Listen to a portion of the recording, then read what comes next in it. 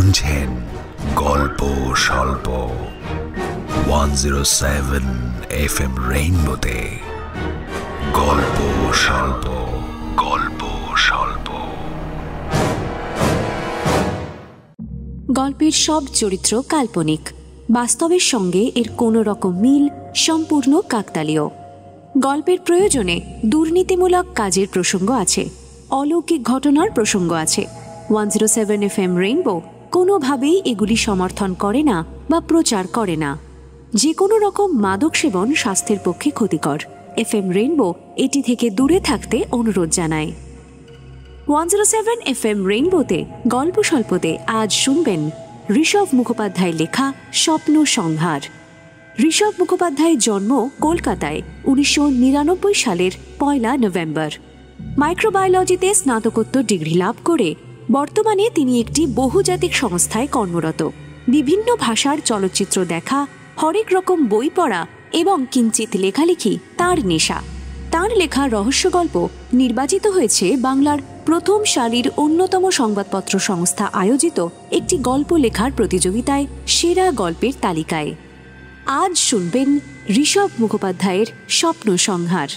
গল্প পাঠে বাসু, অরিজিৎ, আত্রেয়, অর্ণব, অনির্বাণ, রাজীব, অমরজিৎ, বিহু, সোমক, দেবলীনা ও সুদীপ্ত।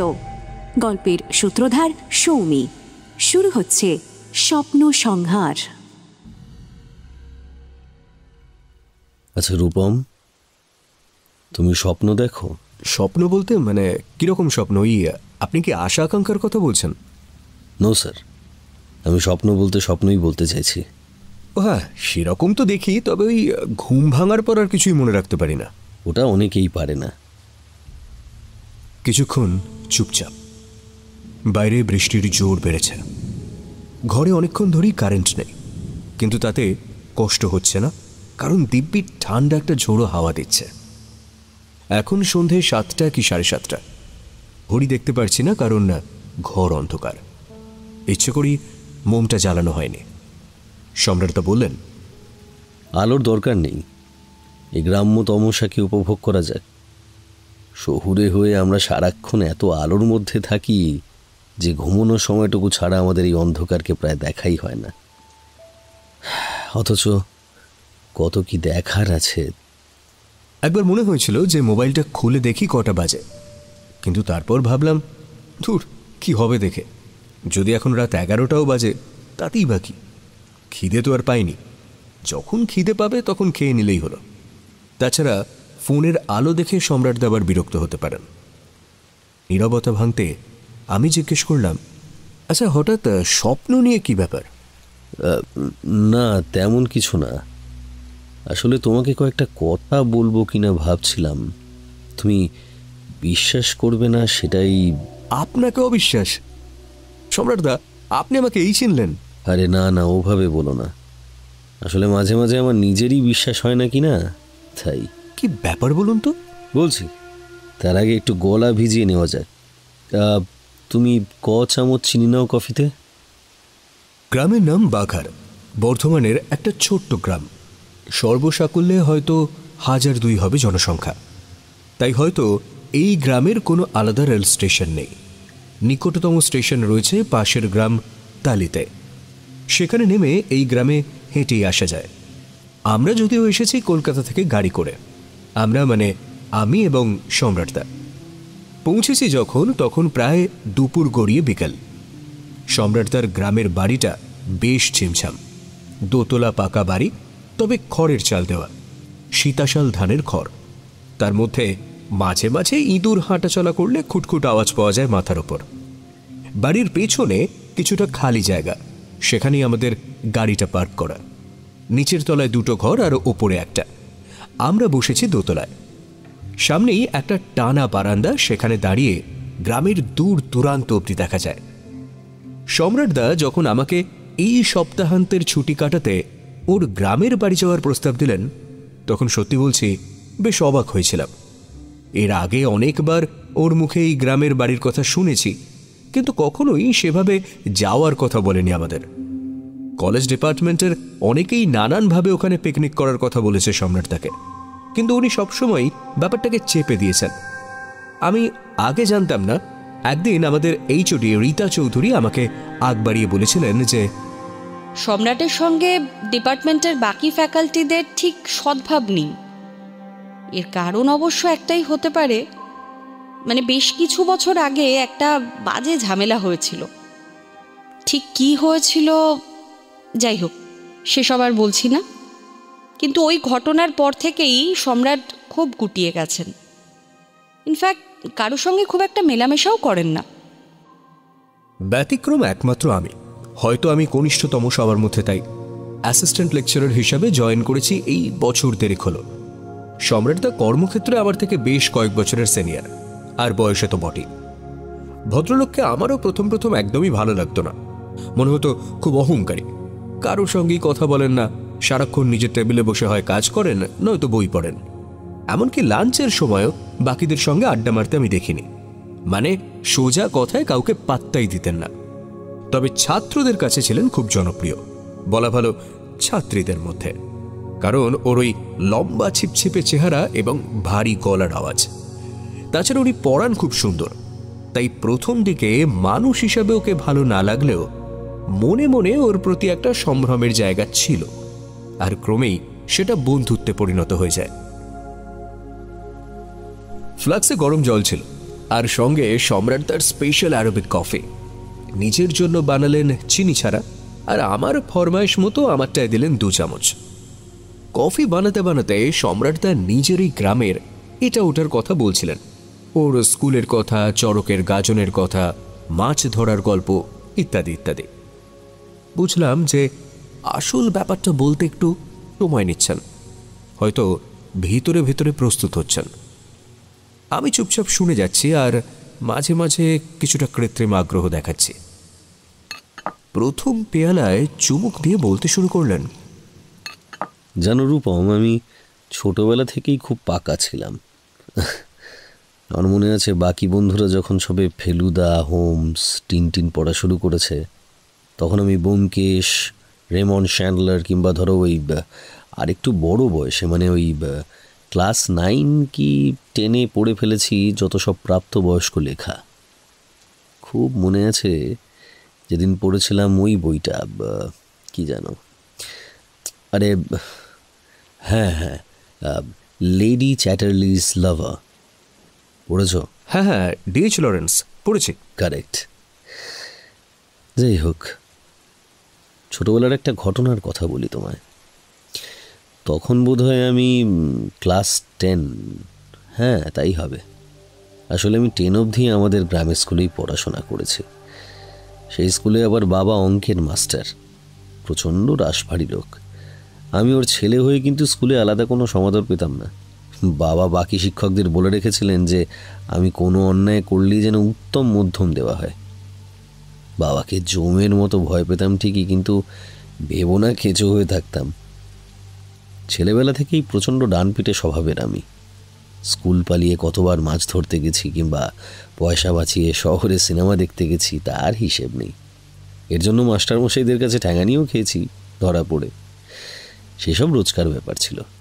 আসলে দুষ্টুমি করতাম ঠিকই, কিন্তু পড়াশোনাতেও ভালো ছিলাম। কাজেই শাসন করলেও স্যারেরা আমায় ভালোবাসতেন। এই দেখো, অন্য কথায় চলে যাচ্ছি। যা বলতে শুরু করেছিলাম সেটা বলি। হ্যাঁ বলুন। আমি তখন সবে 9 পাশ করে 10-এ উঠেছি। পড়াশোনার একদম চাপ নেই, দিব্যি ঘুরে ফিরে বেড়াচ্ছি, এরোর বাগানে ফল পেড়ে খাচ্ছি, বন্ধুদের সাথে ছুটিয়ে খেলাধুলো, আড্ডা।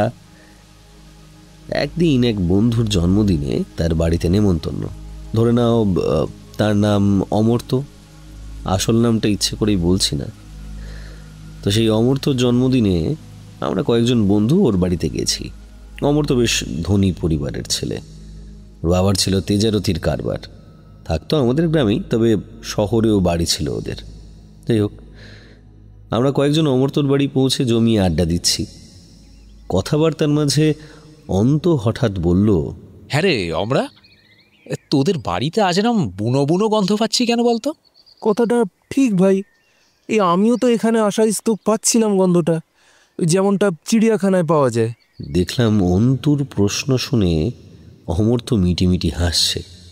আমরা সবাই মিলে ওকে চেপে ধরাতে অমর্ত্য বলল, বাড়িতে নতুন অতিথি এসেছে, আলাপ করবি নাকি? আমরা সবাই বোকার মতো যখন অমর্ত্যর দিকে চেয়ে আছি, তখন ও জোরে একটা হাঁক পারল। বাঘা! আর তার কয়েক মুহূর্তের মধ্যে ঘরের দরজার কাছে দাঁড়ালো একটি বিশাল 4 পেয়ে দৈত্য। দৈত্যই বটে, কারণ তার আগে অত বড় সারমেয় আমি জীবনে দেখিনি। কালো কুচকুচে একটা ডোবারম্যান, ঠিক যেন সেই কনন ডয়েলের বইয়ের পাতা থেকে উঠে এসেছে। সিঁদুরের মতো লাল চোখে আমাদের জরিপ করছে। আমরা সবাই বনে গেছি, কেবল অমর্ত্য হাততালি দিয়ে বলল, বন্ধুগণ, মিট মাই নিউ ফ্রেন্ড বাঘা। তারপর হাতের ইশারায় ডাকলো, বাঘা এদিকে আয়, আয় আয় আয়। বিরাট শরীর নিয়ে অমর্ত্যর নিউ ফ্রেন্ড বাঘা আমাদের দিকে এগিয়ে এলো। আমাদের মধ্যে সবচেয়ে ভীতু হলো পার্থ। বাঘাকে দেখে ওর দাঁত কবাটি লেগে গেছে। ফিস ফিস করে ওর করুণ আকুতি শুনতে পেলাম। এই এই আমরা প্লিজ ওকে কি কাছে না ডাকলেই নয়। অমর্ত্য ওরফে অমরা অবজ্ঞার সুরে পার্থর উদ্দেশ্যে বলল, তুই আর মানুষ হলি না রে পার্থ, সেই অপদার্থই রয়ে গেলি। আরে বাবার দেওয়া আমাকে জন্মদিনের গিফট, তোদেরকে ভালো করে দেখাবো না? আমি অবশ্য ততক্ষণে ভয় কিছুটা কাটিয়ে উঠতে পেরেছি। শুনলাম এদের দেখতে বেশ ভয়ঙ্কর হলেও আসলে খুব নিরীহই হয়। কিন্তু না, ভুল শুনেছিলাম। আর তার প্রমাণ আমরা তখনই হাতে নাতে পেলাম। কিরকম? আমি জিজ্ঞেস করলাম। সম্রাটদা ডান হাতের আস্তিন গুটিয়ে আমার চোখের সামনে আনলেন। মোবাইলের আলোয় দেখলাম যে ঠিক কনুইয়ের কাছে 4টে শুকিয়ে যাওয়া গভীর ক্ষত। সম্রাটদার হাতে নাতে খাওয়া মোক্ষম কামড়। বাঘা যখন প্রায় আমাদের কাছাকাছি, হঠাৎ পার্থ ইডিয়েটের মতো ওরে বাবা রে বলে এক লাফ মেরে ঘরের বাইরে পালাতে গেল। আর তক্ষুনি বাঘা বাবাজি দিল এক হুঙ্কার, তারপর এগিয়ে গেল পার্থর দিকে। এমন অবস্থায় 7-5 না ভেবে আমি ঝাঁপিয়ে পড়লাম ওদের দুজনের মাঝখানে। ব্যাস, আর যাই কোথায়। তারপর কামড় খেয়ে আমি জ্ঞান হারিয়েছিলাম। জ্ঞান ফেরার পর দেখি আমি হাসপাতালে। সারা শরীরে ধুম জ্বর। সে জ্বর ছিল প্রায় 3-4 দিন।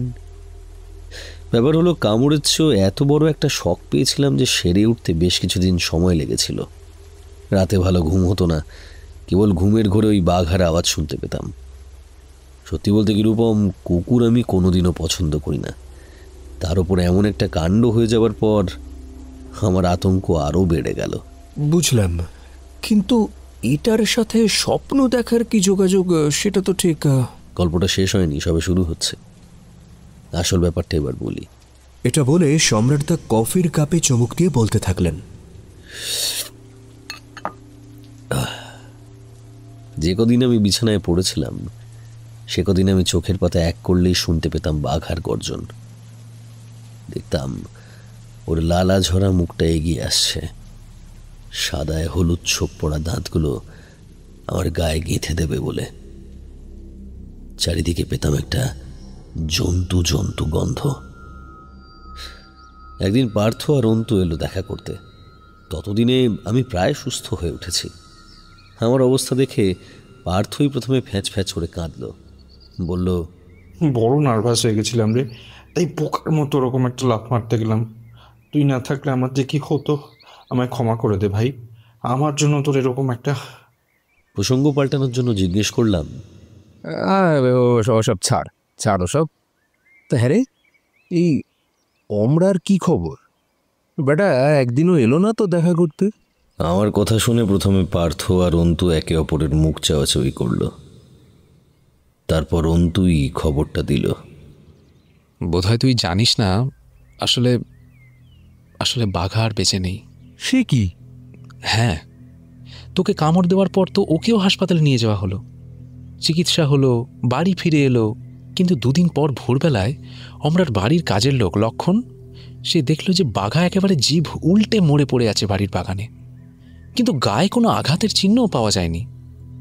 ভেট ডাক্তার পুরকায়স্থবাবু তিনি তো অবাক। বলছেন এরকম কেস নাকি আগে কখনো দেখেননি। মৃত্যুর কোনো স্বাভাবিক কারণও খুঁজে পাওয়া গেল না। ওর বয়সও বেশি ছিল না, তাই হঠাৎ করে মরে যাওয়ায় সবাই একটু অবাকই হয়ে গেল। যদিও অমর্ত্যর মা মানে কাকিমা নাকি বলছে যে আপদ বিদায় হয়েছে, কিন্তু জ্যাঠামশাই তিনি তো নিজের মাথা নিজে চাপড়াচ্ছেন। কুকুরটা কিনতে তো অনেক খরচা হয়েছিল ওনার। আর আমরা ওর কথা আর কি বলবো বল, নিজের নতুন বন্ধু বিয়োগে প্রচণ্ড মন মরা হয়ে গিয়েছে বেচারা। আমাদের সাথে তো কথা বলাই বন্ধ করে দিয়েছে। ওর স্থির বিশ্বাস কি জানিস, তুই নাকি ওর বাঁকাকে মেরেছিস, আর এও বলছে যে এর বদলা নাকি ও তোর থেকেই নেবে। বোঝ তাহলে। জানলার বাইরে আকাশে বিদ্যুতের আলো ঝলক দিয়ে উঠল। বৃষ্টির তেজ যেন ক্রমে বাড়ছে। গল্পটা শুনে সম্রাট তাকে বললাম, তা সত্যি করে বলুন যে বাঘার খবরটা শুনে আপনার আনন্দ হয়নি? বেশ একটা ওই গায়ের ঝাল মিটল বলা যেতে পারে। আমার এই কথাটা শুনে সম্রাট তা কেমন যেন আনমনা হয়ে গেলেন। কোনো উত্তর না দিয়ে কফির কাপে চুমুক দিয়ে বাইরের অবিশ্রান্ত বৃষ্টির দিকে তাকিয়ে কি একটা সুর গুনগুন ভাজলেন। আমি কি বলবো ভেবে না পেয়ে জিজ্ঞেস করলাম, বলছি যে আপনার কলেজও কি এখানে না কলকাতায়? নিজের ভাবনার জগৎ থেকে বেরিয়ে এলেন সম্রাটদা। এখানে পড়াশোনার পাঠ চুকে যেতে বাবার ইচ্ছায় কলকাতা চলে এলাম। ভর্তি হলাম স্কটিশ চার্চ কলেজে। নতুন পরিবেশ, শহুরে জল হাওয়ার সাথে মানিয়ে নিতে বেশি দেরি হলো না। এখনকার কথা জানি না, তবে আমাদের সময় গ্রাম থেকে আসা ছেলে মেয়েদের শহরের আদব কায়দার সাথে মানিয়ে নিতে বেশ বেগ পেতে হতো। গা থেকে গায়ের গন্ধ অত সহজে যেতে চায় না। যাই হোক, কলেজে ক্লাস শুরু হলো, আর আমিও অবধারিতভাবে আমার শরীরের অক্সিটোসিনের পাতা ফাঁদে পড়লাম। অর্থাৎ আমার এক সহপাঠীর প্রেমে পড়লাম। My first love. বাহ, চমৎকার। সম্রাটদা এক চুমুকে কাপের অবশিষ্ট শেষ করে বলতে থাকলেন, মেয়েটির মুখ এখনো ছবির মতো স্পষ্ট, অথচ দেখো নামটাই ভুলে গেছি। ধরে নাও ওর নাম অন্বেষা। তো সেই তাকেই আমার,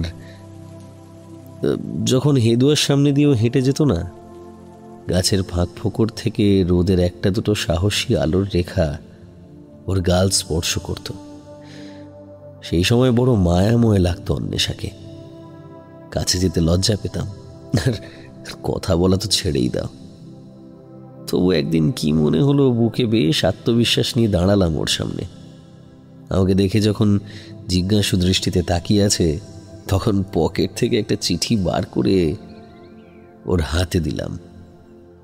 এটা তো তোমার জন্য বলেই সরে পড়তে চাইছিলাম, কিন্তু অন্বেষা বেশ কড়া সুরে বলল, দাঁড়াও। চিঠিটা খুলে একবার চোখ বোলালো। পড়লো কি পড়লো না কিছু বুঝলাম না। তারপর মুখ তুলে আমার দিকে সোজা কিছুক্ষণ তাকিয়ে থেকে বেশ কেটে কেটে কথাগুলো বলল। তোমার নাম সম্রাট তো? তুমি কি জানো যে তোমার আর আমার মধ্যে ঠিক ততটাই ফারাক যতটা কুয়ো পুকুরের সঙ্গে গিজার আর শাওয়ারের, ট্যাক্সির সঙ্গে ভ্যান রিক্সার, কিংবা ধরো চটির সঙ্গে সানজালি। কাজেই বলে চিঠিটা আমার চোখের সামনে ছিঁড়ে আমার হাতেই ধরিয়ে দিয়ে পাশ কাটিয়ে চলে গেল। মুখ দিয়ে কোনো কথা বেরোলো না আমার। বাপরে, কি দেমাক! তা আপনি নিশ্চয়ই সামলে উঠেছিলেন? আমি অবশ্য খুব একটা ভেঙে পড়িনি, জানতাম এসব সাময়িক ব্যাপার। কিন্তু এইখান থেকে এই গণ্ডগোলের শুরু। গন্ডগোল? সম্রাটদা আবার নিজের জন্য বেশ কড়া করে একটা কফি বানালেন। আমিও নিলাম চিনি দিয়ে এক কাপ। দু চুমুক দিয়ে আবার বলতে শুরু করলেন,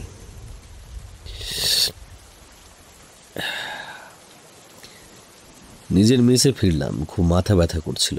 রাতে কিছু খেলাম না, শুয়ে পড়লাম। এপাশ ওপাশ করে গেলাম বিছানায়। তার অনেক পরে ঘুম এলো। তারপর বোধহয় শেষ রাতের দিকে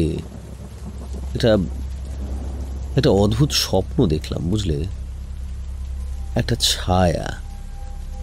সেটা যে একটি মেয়ের শরীরের, সেটা স্পষ্ট বুঝতে পারলাম, কিন্তু কার ছায়া তা চিনতে পারলাম না। শুধু সঙ্গে শুনতে পেলাম কাগজ ছেঁড়ার শব্দ। সেই শব্দ এত তীব্র হতে থাকলো যে আর আমি নিতে পারলাম না। ঝট করে ঘুম ভেঙে গেল।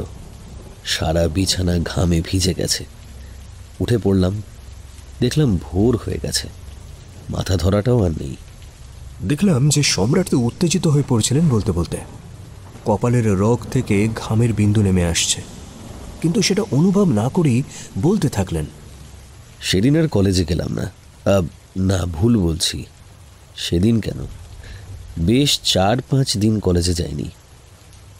বললে বিশ্বাস করবে না রূপম, প্রতিদিন অর শুরাইসে প্রতি রাত্রে আমি ওই এক স্বপ্ন দেখেছি। ওই 5 দিন যে সময় আমি কলেজে যাইনি, সেম ড্রিম। শুধু পার্থক্য একটাই, প্রত্যেকবার স্বপ্নে ওই মেয়েটির ছায়ামূর্তি একটু একটু করে পরিষ্কার হতো। 4th দিন, রাতে আমি তাকে চিনতে পারলাম।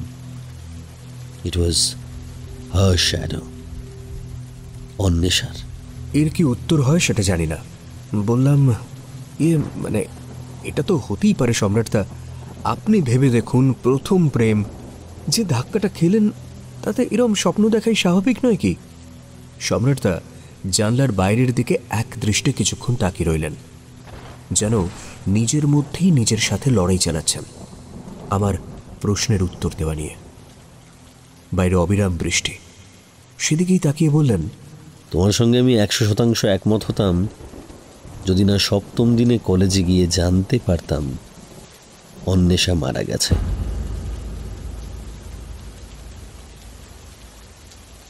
কথাটা শেষ করার 10 সেকেন্ড মতো ঘরে বৃষ্টির জলের আওয়াজ ছাড়া আর কোনো শব্দই নেই। তারপর সমস্ত কিছু কাঁপিয়ে গোটা অন্ধকার ঘরটাকে আলোকিত করে প্রচণ্ড জোরে একটা বাজ পড়ল বাড়ির সামনের ওই মাঠে। এমন একটা নাটকীয় মুহূর্ত। সম্রাটদা বলে চললেন, সে বড় অদ্ভুত মৃত্যু, বুঝলে। অন্বেষা সন্ধ্যাবেলা টিউশন পড়ে ফিরছিল, এমনই বৃষ্টি পড়ছিল সেদিন। ওদের বাড়ির গলিতে নাকি কোনোদিনও জল জমে না, তবে সেদিন জমেছিল। সেই জমা জল পেরিয়ে আসতেই রাস্তায় বেচারি হোঁচট খায়, আর টাল সামলাতে না পেরে একটা ইলেকট্রিক পোস্ট ধরে ফেলে। বোধহয় তারগুলো খোলা ছিল। ব্যাস, সব শেষ। আর এই গোটা ব্যাপারটা অদ্ভুত এই কারণেই যে সেদিন ওর হেঁটে বাড়ি ফেরার কথাই ছিল না। প্রত্যেক টিউশন থেকে ফেরার সময় ওর বাবা ওকে গাড়ি করে নিয়ে আসতো। হবি তো সেদিনই ওর বাবার গাড়ি খারাপ হয়ে যায়, আর অন্বেষা নিজের জীবনের মারণ হোঁচটটি খায়।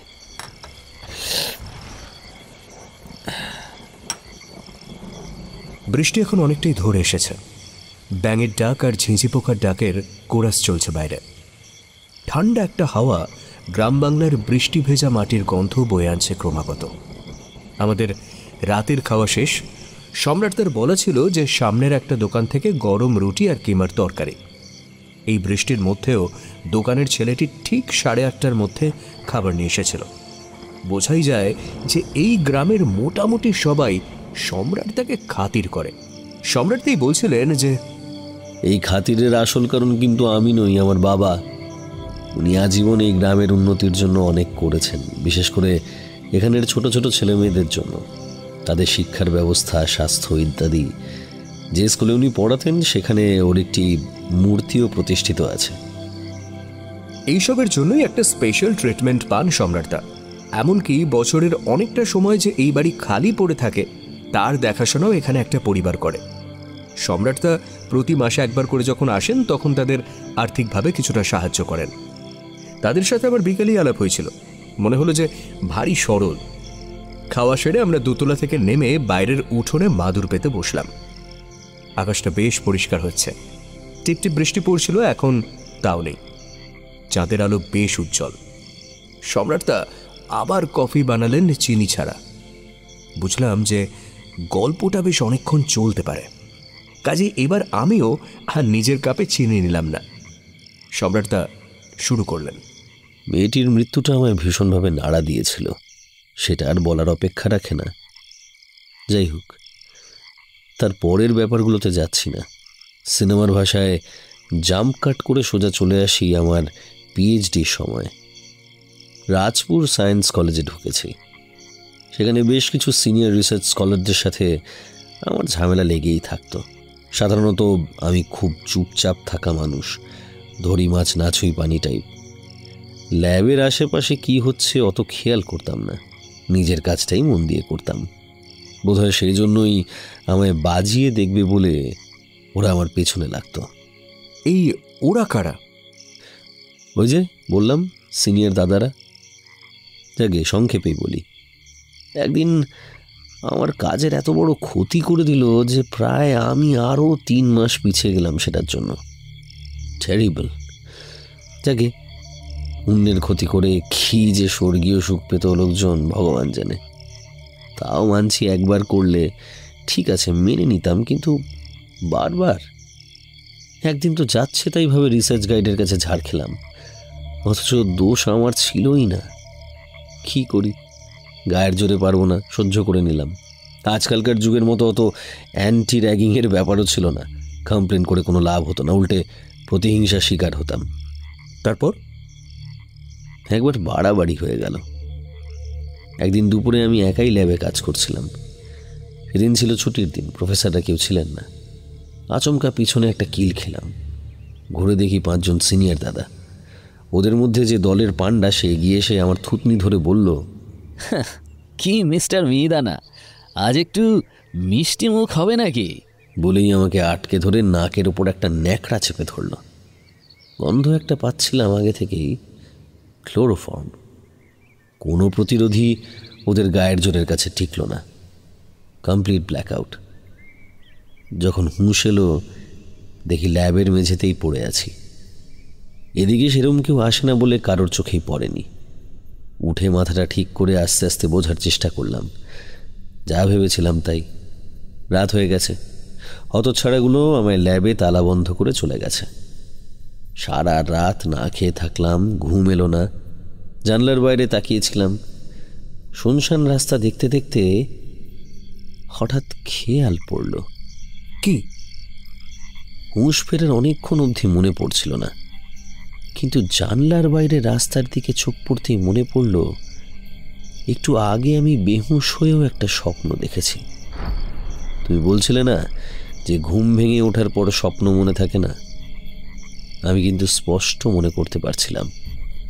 ঠিক সামনের রাস্তায় ওই সিনিয়র দাদারা দাঁড়িয়ে আছে আর আমার দিকে তাকিয়ে হাসছে। হাসতে হাসতে পাগলের মতো চিৎকার করছে। হঠাৎ ওদের মধ্যেই একজন, আমার এখনোর মুখ মনে আছে, হাসতে হাসতে দম আটকে যাওয়ার মতো অবস্থা হয়ে হাত পা ছুটতে লাগলো। সেই সঙ্গে বাকিরাও এক এক করে সেম ঠাস ঠাস করে পুতুলের মতো একজন একজন করে মাটিতে পড়তে শুরু করলো। ওদের সকলের দম বন্ধ হয়ে আসছে, অথচ কোনো অদৃশ্য শক্তির প্রভাবে ওরা আশেপাশে থাকা এত বাতাসের মধ্যেও নিঃশ্বাস নিতে পারছে না। মাছকে যেমন জল থেকে তুললে ছটফট করে, তারপর একটা সময় স্থির হয়ে যায়, তেমনই চোখের সামনে ওদের সব কটাকে স্থির হয়ে যেতে দেখলাম। আর বোধহয় তখনই আমার জ্ঞান ফিরেছিল। এরপর পরদিন ওদের কাউকে আর ল্যাবে দেখিনি, কিন্তু 2 দিন পর খবরের কাগজে জানতে পারলাম রবীন্দ্র সরোবরে বোট রাইডিং করতে গিয়ে 5 জন যুবকের রহস্য মৃত্যু। প্রত্যেকে নেশায় মত্ত ছিল। ঝড় কিংবা বৃষ্টি কোনো কিছুর কবলেই নয়। ওখানেরই এক কর্মচারী নাকি দেখেছিল সরোবরের মাঝামাঝি গিয়ে ওদের নিজেদের মধ্যে ঝামেলা লেগে যায় কে রোয়িং করবে সেটা নিয়ে। ব্যাস, সলিল সমাধি। ঘটনাটা আমারও মনে পড়ল। তখন আমি স্কুলে পড়ি। এই খবরটা সেই সময় খুব শোরগোল ফেলেছিল কাগজে। কোনো রকম প্রাকৃতিক বিপর্যয় নেই, শুধুমাত্র নিজেদের মধ্যে ঝামেলার কারণে একটা নৌকা পুরো ডুবে গেল। আর গেল তো গেল, ওদের মধ্যে একজনও সাঁতার জানতো না। এটা হতে পারে? শুনেছি তো জলে পড়লে নেশা টেশা সব উবে যায়। তাহলে এইভাবে বেঘরে প্রাণ দেবার কারণ কি সম্রাট তার স্বপ্ন? কথাটা ভেবে আবার নিজেরই হাসি পেল। না, আমার মাথা খারাপ হয়েছে। নয়তো বিজ্ঞানের এই এত মোটা মোটা বই পড়ে কিনা এই সমস্ত ভাবছি। আর সম্রাট তাই বা কী সব বলে যাচ্ছে। যতদূর জানি যে উনি কুসংস্কারে অবিশ্বাসী। তিনি এইসব জিনিসে বিশ্বাস করছেন। এখনো মনে আছে যে 1 বছর আগে ঘটে যাওয়া, তবু মনে হয় এই তো সেদিন কলেজের ব্রেক টাইমে ব্যাক গেটের বাইরে দাঁড়িয়ে এমন সময় পেছন থেকে চেনা গলার আওয়াজ পেলাম, কিন্তু একটু অন্য সুরে। এখানে দাঁড়িয়ে আছো রূপম? সবে কলেজে ঢুকেছি, আর তারপরও যাকে বাঁচিয়ে চলতাম তার কাছেই কিনা ধরা পড়লাম। পেছনে ফিরে আমতামতা করতেই অমনি উনি হা হা করে উঠলেন। আরে করো কি, আমি তোমার বস নাকি? রিল্যাক্স। তবে সিনিয়রদের নজর একটু বাঁচিয়ে চলো। কাজ করা এক জিনিস, আর কাজ করছি দেখানোটা আরেক জিনিস, তাই আর কি। সেই যে শুরু হলো কথা, সেখান থেকেই আমাদের অসমবয়সী বন্ধুত্ব। সম্রাটদার সবচেয়ে বড় গুণ, উনি একবারের জন্যও নিজেকে আমার সিনিয়র মনে করেন না, অথচ প্রায় রোজই ওনার থেকে কিছু না কিছু শিখেছি, সেটা পড়াশোনার বিষয় হোক কিংবা বাইরের। বিভিন্ন ব্যাপারেই ওর প্রচুর পড়াশোনা। বিয়ে করেননি, সারাক্ষণ ওইসব নিয়েই আছেন। ওর থেকেই আমি পৃথিবীর কত দর্শনের কথা জেনেছিলাম, যেগুলো হয়তো আগে শুধু নামই শুনেছি। সব কিছুকেই যুক্তি ছাড়া কখনোই কিন্তু তিনি বিশ্লেষণ করেন না। যার বইয়ের তাকে মার্কস, ফ্রয়েড, সাত্রে, কামু, রাসেলের সব বই দেখেছি, সেই মানুষটা এরকম উদ্ভট জিনিসে বিশ্বাস করছেন কিভাবে? আর আর আমাকেই বা বিশ্বাস করতে বলছেন কিভাবে? সম্রাটদা, আমার মনে হয় যে আপনি একটু বেশি ভাবছেন এটা নিয়ে। মানছি বেশ কিছু সমাপতন, কিন্তু আপনিই বলুন, হোয়ার ইজ দ্য লজিক? এমনকি যদি আপনার প্রেমিকার কেসটা ভোরের স্বপ্ন সত্যি হয় বলে ধরেও নি, তাহলে নিশ্চয়ই ল্যাবের মেঝেতে শুয়ে ভর সন্ধেবেলার স্বপ্নকে সত্যি বলে বিশ্বাস করছেন না। তুমি কিন্তু বাঘার মৃত্যুটা ভুলে গেলে। না না, ওটা কোনো অস্বাভাবিক ঘটনাই নয়। হতেই পারে যে কুকুরটার আগে থেকে কোনো রোগ ছিল। তাছাড়া আপনি স্বপ্ন দেখে কুকুর খুন করলেন, এটা একটু বাড়াবাড়ি হয়ে যাচ্ছে না? বাড়াবাড়ি করতে চাইছি না রূপম। তুমি হয়তো ভাবছো আমার বুড়ো বয়সে ভীমরতি হয়েছে, সেটা হলে ভালোই হতো। আমি শুধু জানি স্বপ্নে ওই 5 জনকে আমি দমবন্ধ হয়ে মরতে দেখেছি, আর বাস্তবে ওরা মরেছে জলে ডুবে। হ্যাঁ, হতেই পারে সম্রাটদা, কিন্তু তাতে কিছু প্রমাণ হয় না। এই আপনি এত যুক্তিবাদী, আর শেষে এইসব আষাঢ়ে গপ্প বলতে এই গ্রামের বাড়ির পরিবেশকে বেছে নিলেন। ভাবলেন বুঝি যে এখানে এসে এইসব গল্প বিশ্বাস করে নেব? হ্যাঁ, শোনার সময় একটু গায়ে কাটা দিয়েছে, সেটা স্বীকার করছি, কিন্তু পুরোটাই অলীক কল্পনা। নিশ্চয়ই এতক্ষণ সেটাই পরীক্ষা করছিলেন, তাই না? আমার সাহস আর বিশ্বাসের দৌড় কত দূর।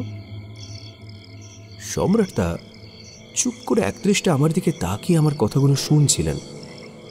তারপর অট্টহাসিতে ফেটে পড়লেন।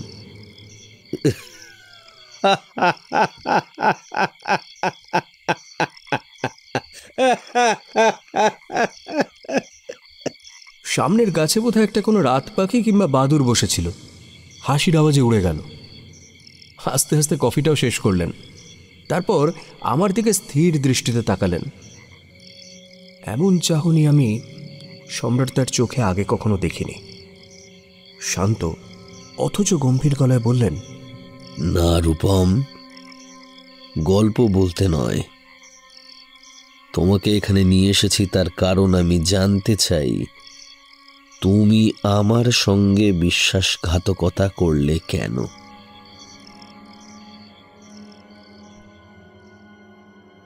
প্রদ্যুৎ সান্যাল আমাদের ডিপার্টমেন্টের সবচেয়ে সিনিয়র প্রফেসর।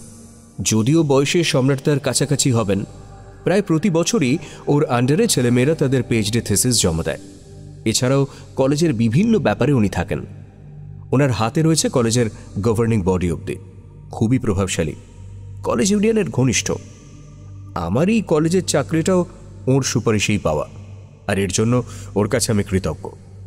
কলেজের লেকচারার হয়ে কাজে যুক্ত হওয়ার বেশ কিছুদিন পর বুঝতে পারি যে নানান রকম দুর্নীতিমূলক কাজের সঙ্গে উনি যুক্ত। কখনোই কিন্তু আবার সেটা সরাসরিভাবে নন। ওর তোষামতকারী ছাত্রছাত্রীদের বেশি বেশি নম্বর পাওয়ানো থেকে গ্রান্টের টাকা তছরূপ, যোগ্য ক্যান্ডিডেটের বদলে অযোগ্য কারোর থিসিস সাবমিশনের সুযোগ করে দেওয়া, আরও অনেক কিছু। একদিন ওনার অফিস রুমে আমার ডাক পড়ল।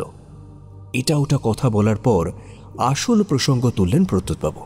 রূপম, তোমায় আমার একটা কাজ করে দিতে হবে। হ্যাঁ হ্যাঁ স্যার, বলুন না। তোমার দাদা আমায় শান্তিতে থাকতে দেবে না, বুঝলে? আবার পিছনে লেগেছে আমার। দেখো, এভাবে চললে তো। আমার দাদা মানে ঠিক বুঝলাম না স্যার। সম্রাট মুখুজ্জের কথা বলছি। জানতে পারলাম ও নাকি কি একটা ফাইল পেয়েছে যেখানে গত 3 বছরের গ্রান্টের হিসেব আর ডিপার্টমেন্টের ডেভেলপমেন্ট ফান্ডের হিসেবের অরিজিনাল কপি আছে। বলাই বাহুল্য, সেখানে এমন কিছু আছে যা সম্রাট দেখুক, সেটা আমি চাই না। তাই ইঙ্গিতটা আমি আস্তে আস্তে বুঝতে পারছিলাম। বললাম, কিন্তু স্যার আমি এ ব্যাপারে কি করতে পারি? সেটা আমি তোমার উপরেই ছেড়ে দিলাম। তোমার তো ওর সঙ্গে বেশ ভালোই বনিবনা। দেখো যদি বুঝিয়ে সুঝিয়ে ওকে থামাতে পারো। আমি জানতাম যে সেটা প্রায় অসম্ভব। সম্রাট তা বরাবরই প্রদ্যুৎ সান্যালের বিরোধী। প্রদ্যুৎবাবুর জন্য একবার সম্রাট তার একজন রিসার্চ স্কলারের থিসিস অবধি বাতিল হয়ে গিয়েছিল। ঠান্ডা লড়াই ওদের মধ্যে তাই অনেক দিনের। আর এই প্রমাণটা হাতে পেয়ে সম্রাট তা প্রতিশোধের সুযোগ অবশ্যই ছাড়বেন না। এইসব ভাবতে ভাবতে যখন মাথা নিচু করে আছি, প্রদ্যুৎবাবু তখন একটা মোক্ষম অস্ত্র প্রয়োগ করলেন। একটা কথা মাথায় রেখো রূপম, 2 বছর আগে তুমি আমাদের কলেজে জয়েন করেছিলে। ওই ফাইলে কিন্তু সেই অতিরিক্ত হিসেবটাও পাওয়া যাবে। আশা করি you got my point, right?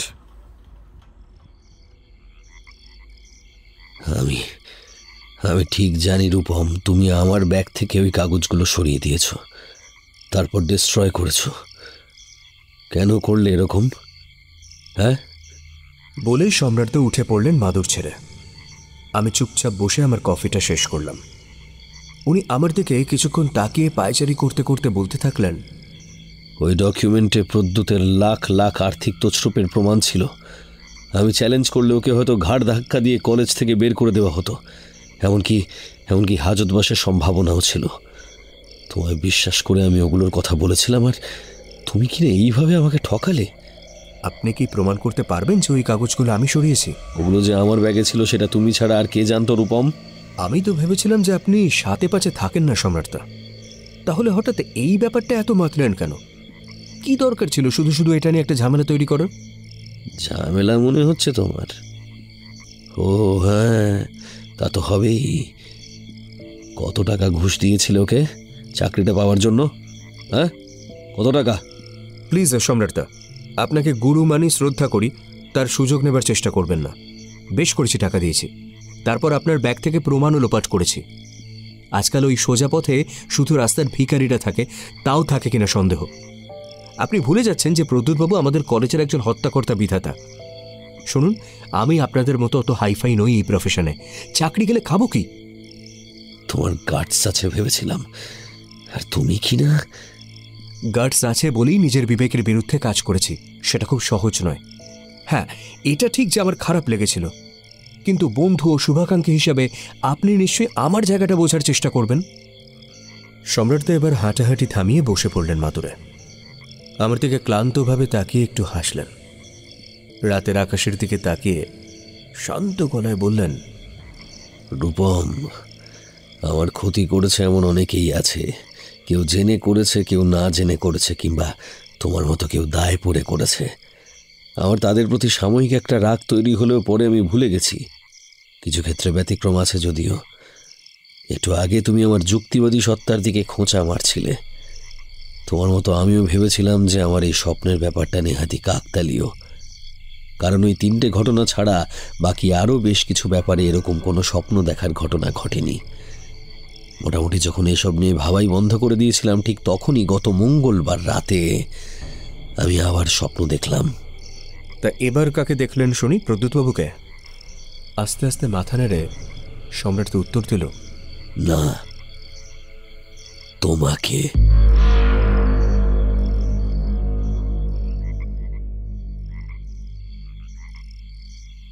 ঘুম আমার পাইনি। নয় নয় করে বেশ কয়েক কাপ কফি খাওয়া হয়েছে, তাও আমার ঘুম পাইনি। বিছানায় শুয়ে আছি, এখনো কারেন্টও আসেনি। বাইরে ফুরফুরে হাওয়া আর গায়ে লাগছে না। শরীরটা বেশ গরম।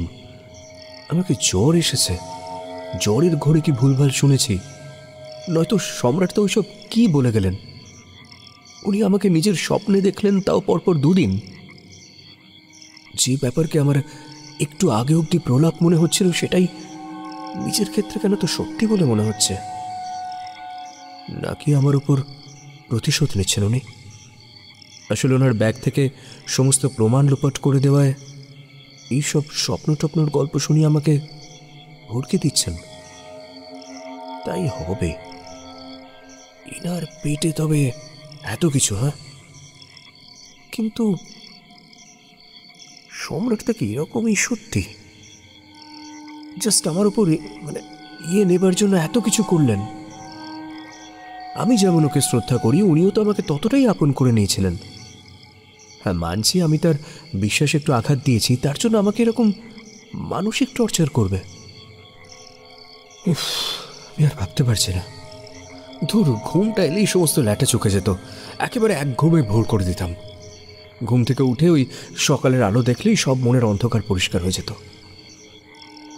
আচ্ছা, এমন কি হতে পারে যে সম্রাট তো আমার ঘুমিয়ে পড়ার জন্য অপেক্ষা করছে? যেই ঘুমোবো অমনি আমায় খুন করবে? হ্যাঁ, অসম্ভব নয়। ধুরন্ধর লোক, ঠিক কোনো না কোনো উপায়ে নিজে আইনের চোখে ফাঁকি দিয়ে দেবে। তাছাড়া গোটা গ্রাম তো ওর দলে, আমার বডি কোথায় গুম করে দেবে কেউ হদিশই পাবে না। সম্রাট তো পাশের ঘরে শুয়ে আছেন, ঘুমিয়ে পড়েনি নিশ্চয়ই। আর যদি পড়েনও, তাহলে বোধহয় আমাকে নিয়েই স্বপ্ন দেখছে। সর্বনাশ! তাহলে পরদিন কিংবা আজ, অথবা এখনই কোনো অকস্মাৎ কারণে আমার মৃত্যু হতে পারে, আর কেউ টেরও পাবে না। সবাই ভাববে স্বাভাবিক মৃত্যু। কেউ যে স্বপ্ন দেখে কাউকে খুন করতে পারে, সেটা কে বিশ্বাস করবে?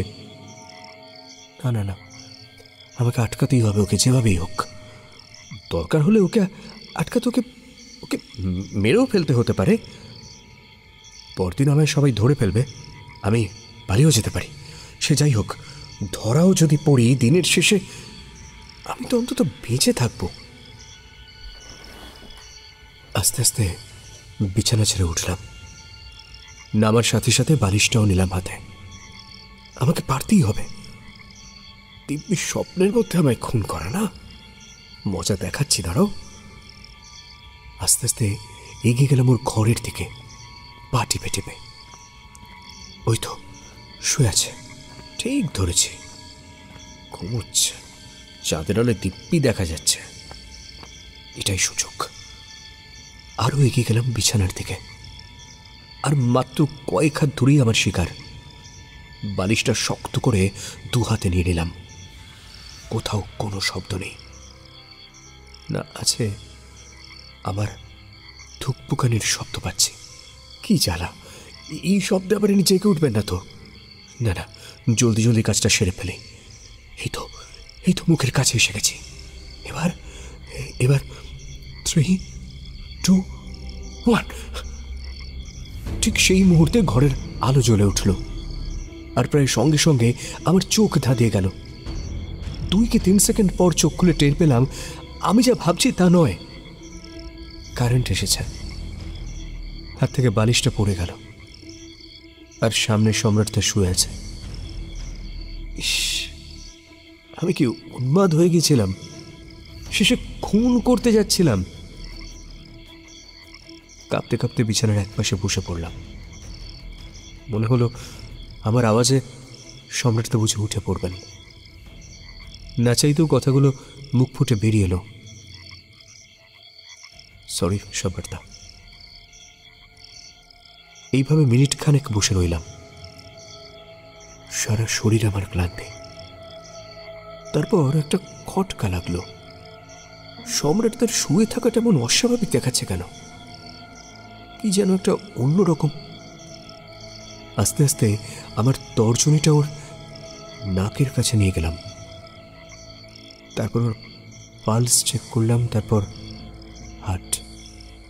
তারপর পাগলের মতো ওর শরীরটাকে ঝাঁকিয়ে ওঠানোর চেষ্টা করলাম। চেঁচিয়ে চেঁচিয়ে ওকে নাম ধরে ডাকতে থাকলাম। কিন্তু সম্রাট তার নিথর দেহ কোনো সাড়া দিল না।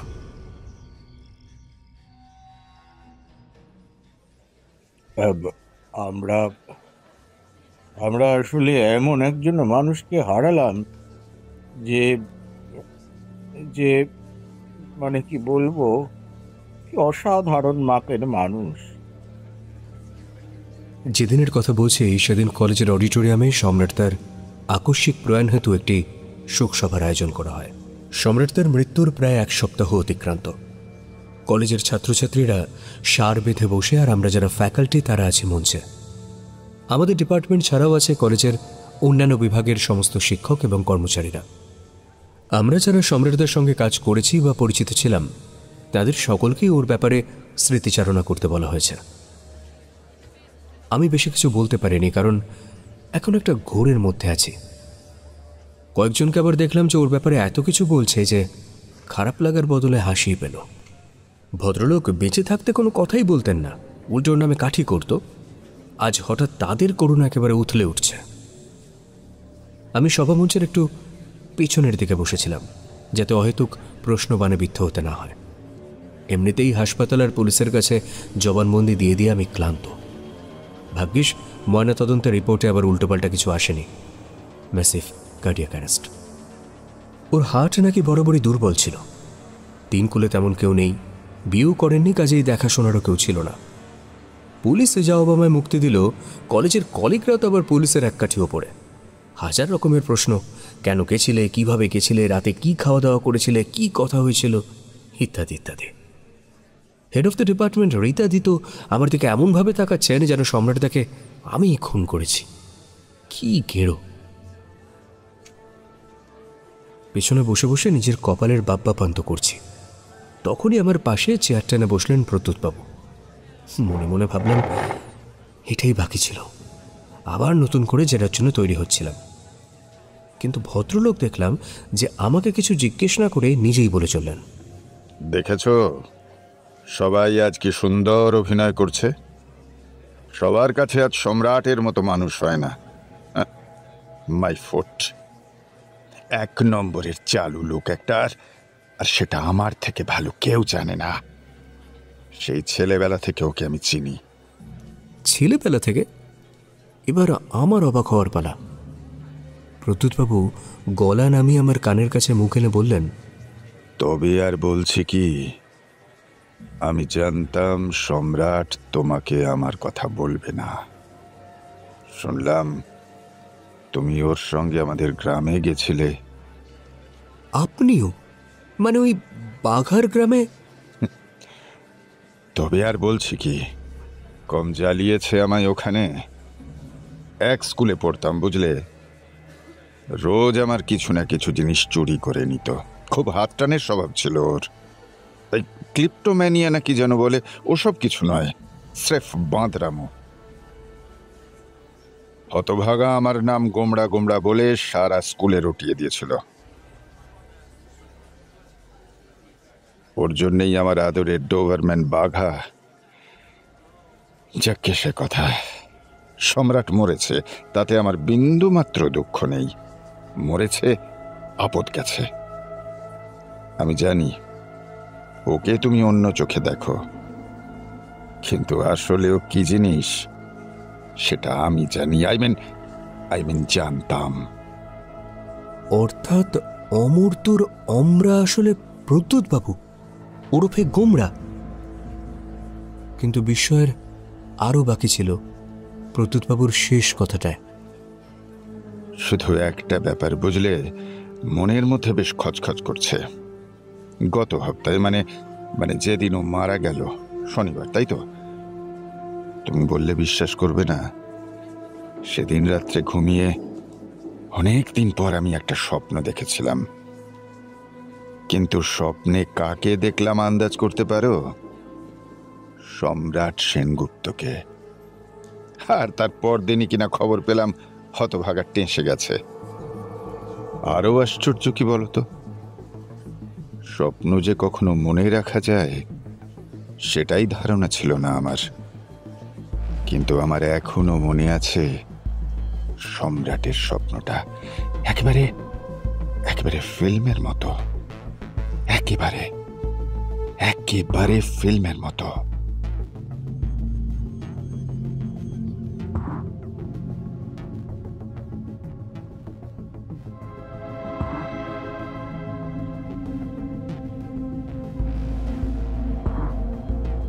107 FM রেইনবোর গল্প স্বল্পতে আজ শুনলেন স্বপ্ন সংহার, লিখেছেন ঋষভ মুখোপাধ্যায়ের। সম্রাট বাসু, রূপম অরিজিৎ, রীতা দেবলীনা, ইয়াং সম্রাট আত্রেয়, অমর্ত্য অর্ণব, পার্থ অনির্বাণ, অন্ত অমরজিৎ, অন্বেষা বিহু, কলেজের সিনিয়র রাজীব, প্রদ্যুৎ সুদীপ্ত, সহকর্মী সোমক, গল্পের সূত্রধার সৌমি। শুনলেন গল্প স্বল্প। আমাদের গল্প যে কোনো সময় শুনতে ভিজিট করুন আমাদের official YouTube channel Akashvani Kolkata.